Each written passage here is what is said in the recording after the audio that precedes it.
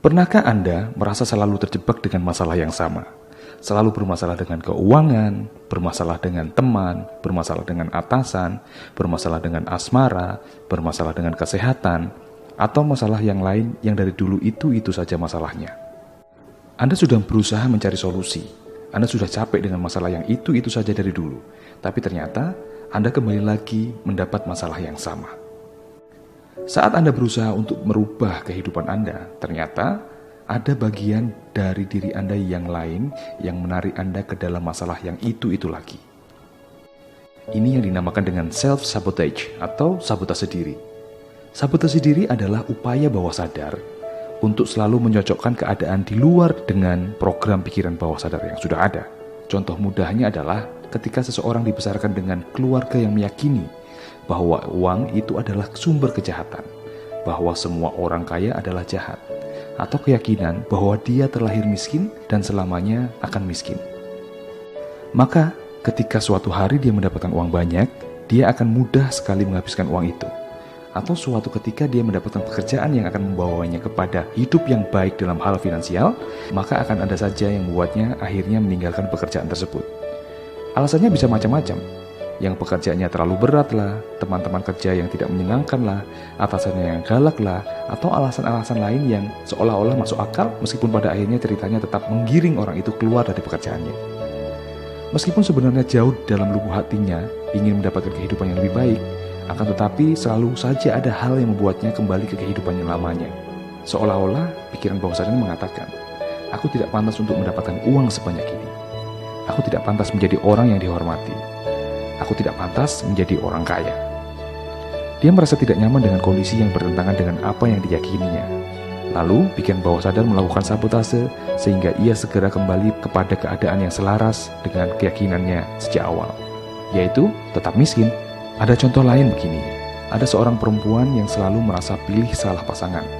Saat pacaran, selalu mendapatkan pasangan yang suka selingkuh, suka berperilaku kasar. Tapi anehnya, perempuan ini bisa mentoleransi perilaku pasangannya tersebut, sehingga bisa bertahan cukup lama, hingga akhirnya tidak kuat dan putus. Dan setelah putus, ia mencoba mencari pasangan lagi. Dan ternyata ketemunya dengan orang yang seperti sebelum-sebelumnya, yang kasar dan suka selingkuh. Meskipun sebenarnya ada beberapa pria yang suka dengannya, dan secara pribadi lebih baik dari pria-pria sebelumnya, tapi bagi perempuan ini, pria yang baik-baik ini tidak menarik baginya.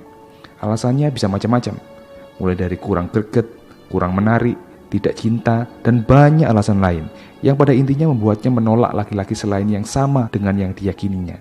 Seolah pikiran bawah sadar mengatakan, aku tidak pantas untuk laki-laki sebaik ini. Itu kata pikiran bawah sadarnya. Usut punya usut, sang perempuan ini memiliki ayah yang kasar, suka menyiksa ibunya, dan kurang bertanggung jawab. Saat kecil, ia sering melihat orang tuanya bertengkar, dan ibunya selalu mengeluhkan kelakuan ayahnya ini kepadanya. Di dalam pikirannya tertanam bahwa laki-laki itu ya seperti itu, kasar, suka menyiksa, dan tidak bertanggung jawab. Keyakinan ini berkembang hingga ia dewasa, dan ketika ia menjalin hubungan romansa dengan laki-laki, perhatiannya hanya tertuju dengan laki-laki yang memiliki kriteria seperti laki-laki yang ada di keyakinannya, yaitu ayahnya. Selain laki-laki yang memiliki kriteria seperti itu, akan ditolak oleh pikiran bawah sadarnya. Lalu Anda berkata, oke mas, saya sudah paham. Lalu bisakah kehidupan dua orang tadi berubah mas? Jawabannya adalah bisa, insya Allah bisa. Bisa seandainya mereka mau memahami secara mendalam apa yang terjadi dan mau mengubah yang ada di dalam diri mereka menjadi lebih baik lagi.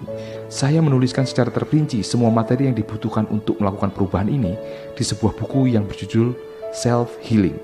Sebuah buku yang sangat spesial untuk siapa saja yang menginginkan perubahan pribadi menjadi lebih baik. Cukup lama saya menyusun materinya, melakukan pengamatan dan memilih materi yang paling dibutuhkan oleh banyak orang.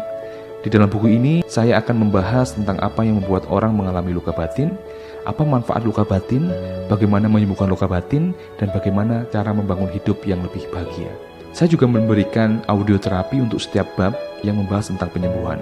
Mulai dari penyembuhan fobia, mengatasi cemas berlebih, mengatasi mood yang tidak stabil, dan masih banyak yang lainnya. Pembaca bisa langsung scan barcode-nya dan mendapatkan link audio terapinya di buku tersebut. Buku ini tidak saya maksudkan untuk mengganti pelayanan psikologi dan psikiatri, tapi adalah sebagai pelengkap. Anda bisa menghadiahkan buku ini untuk orang-orang yang Anda kasihi. Misalkan untuk pasangan Anda, untuk saudara Anda, untuk anak Anda, atau untuk sahabat Anda yang membutuhkan pembelajaran pribadi sehingga membantu kehidupannya menjadi lebih baik lagi. Anda tertarik? Segera kontak nomor tertera di video ini.